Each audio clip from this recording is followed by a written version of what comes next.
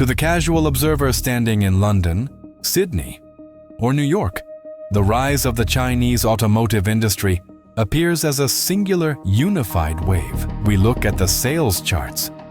We read the panic-stricken headlines about tariffs, and we perceive a monolithic force, China Inc., marching in lockstep to dismantle the legacy of Detroit, Wolfsburg, and Toyota City. But this perspective is fundamentally flawed. It is an illusion of unity that hides a brutal reality. Behind the Great Wall, there is no unity. There is a civil war. A ruthless war of attrition is currently tearing through the Chinese domestic market, and its shockwaves are now breaking upon international shores. This is not a story about China versus the West. This is the story of a gladiatorial battle between two industrial titans with diametrically opposed souls. On one side, we have the vertical hegemony of BYD, Build Your Dreams, a company that operates less like a car manufacturer and more like a sovereign nation, controlling everything from the lithium mines in the ground to the microchips in the dashboard. On the other side stands Great Wall Motor, or GWM, the resilient specialist, a company forged in the fires of military-grade utility, representing the old guard of mechanical engineering, trying to reinvent itself for a digital age. Why does this matter to you? Because by 2030, analysts predict that only a handful of the current 50 Chinese EV brands will survive the coming purge. The car you buy today might be an orphan tomorrow. Understanding the war between BYD and GWM is not just academic. It is the only way to protect your investment. Tonight, we dissect the strategies, the finances, and the philosophies of the two giants fighting to rule the new world order. To understand the machine, you must first understand the architect. The difference between BYD and GWM is not just found on their factory floors. It is rooted in the minds of the men who built them. These companies are extensions of their founders' distinct personalities. BYD is the brainchild of Wang Chuanfu. He is not a Pachida car guy in the traditional sense. He is a scientist, a chemist to be precise. Founded in the mid-90s, BYD's original mission had nothing to do with transport. It was about conquering the rechargeable battery market for mobile phones. Wang's philosophy is clinical, data-driven, and obsessed with efficiency. For BYD, the automobile is merely a wrapper, a vessel designed to sell their battery technology. This explains why, for years, BYD cars felt sterile, appliance-like, and devoid of emotion. They were engineered by chemists, not petrol heads. In stark contrast stands Wei Jianjun, the chairman of Great Wall Motor, often described as the jackal of Baoding. Wei runs his company with military discipline. GWM did not start with batteries. They started with grit. They built their empire on pickup trucks and rugged SUVs designed for the appalling road conditions of rural China. Wei is an engineer who understands torsion, suspension geometry, and the physical abuse a vehicle takes in the real world. This creates a fundamental schism in their DNA. BYD approaches the car as a consumer electronic device, an iPhone on wheels. GWM approaches the car as a mechanical tool, a hammer on wheels. As we transition to the electric era, BYD has the natural advantage of being a battery native. But GWM is betting that, eventually, the market will remember that a car is not just a computer. It is a mechanical object that must survive the elements. In the world of high-stakes manufacturing, vertical integration is the golden ticket. And here, BYD stands alone, not just in China, but globally. BYD has achieved a level of self-sufficiency that Henry Ford could only dream of a century ago. Consider the depth of their fortress. BCD owns the lithium mines in Africa and South America. They manufacture their own semiconductors to avoid the chip shortages that crippled VW and Ford. They build their own batteries, obviously. They stamp their own metal, they write their own code, and, in a final flex of industrial muscle, they have commissioned their own fleet of massive ro-ro cargo ships, the BYD Explorer fleet, to export their vehicles without relying on international logistics firms. This means BYD can absorb costs that would kill a normal company. If a price war starts, and it has, BYD can lower the price of the seal or the dolphin and still make a margin because they are paying themselves at every step of the supply chain. GWM, conversely, operates what they call a forest ecosystem. It is a network of spin-off companies and alliances. They have SVOLT for batteries, FTXT for hydrogen, and Nobo for interiors. It sounds sophisticated, but it is vulnerable. We have recently seen cracks in this armor. SVOLT recently cancelled plans for a multi-billion euro battery plant in Brandenburg-Schwallow, Germany. This retreat signals a cash flow hesitation. While BYD is pouring concrete, GWM is pulling back. For the consumer, this is a red flag. It suggests that while BYD has a bottomless war chest, GWM is navigating a much tighter financial tightrope. Nowhere is this philosophical war more physical than in the Australian market. Australia is the testing ground, the crucible.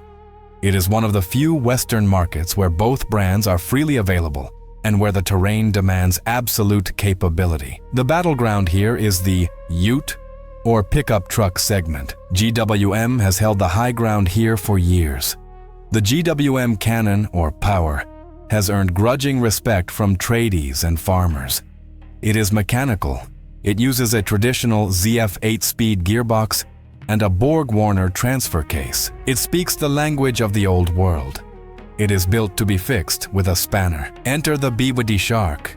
This is BYD's declaration of war on the utility segment, but they haven't built a traditional truck. They have built a computer that thinks it is a truck. The Shark utilizes the DMO, dual mode off-road, platform. It ditches the mechanical drive shaft for electric motors on the rear axle. It relies on software to manage traction control in milliseconds, rather than mechanical lockers engaging with a clunk. This is the ultimate test of the two philosophies. GWM argues that when you are towing 3 tons across the corrugated roads of the Northern Territory, you want mechanical linkage, you want steel gears. BYD argues that the electric torque vectoring is superior, more efficient, and inevitably the future. If the BYD Shark succeeds in convincing the rugged Australian buyer to trust electrons over gears, it spells the end for GWM's primary advantage. If it fails, if the software glitches in the middle of the bush, it validates GWM's entire existence. Retreat. Shift your gaze to Europe, and the contrast deepens. The strategy here reveals who is playing for dominance and who is playing for survival. BYD's assault on Europe is total. They are not just shipping cars. They are embedding themselves into the political landscape. By announcing factories in Hungary and Turkey, BYD is effectively bypassing the European Union's punitive tariffs. They are spending billions to become a European manufacturer. Their marketing budget is colossal, sponsoring the Euro Football Championship, putting their name in front of hundreds of millions. They are forcing their way into the household consciousness alongside Volkswagen and Renault. GWM's European campaign, by comparison, feels disjointed. They launched 2 sub-brands, ORA and WE-Posh. The naming convention alone, Funky Cat, Mosh, Coffee 01, confuse the serious European buyer. While the engineering is competent, the brand positioning was a mess. Recently, GWM announced the closure of its Munich headquarters, shifting management back to China to save costs. In the automotive world, closing a regional HQ is rarely a sign of strength. It suggests that GWM underestimated the difficulty of the European market, while BYD is digging trenches and pouring concrete foundations in Hungary. GWM appears to be retreating to a distributorship model. For the potential buyer in the UK or Germany, this raises the haunting question: will this brand still be here to service my car in 5 years? With BYD, the answer is almost certainly yes. With GWM, the answer is becoming opaque. We must touch upon the technology that underpins this entire industry. The battery?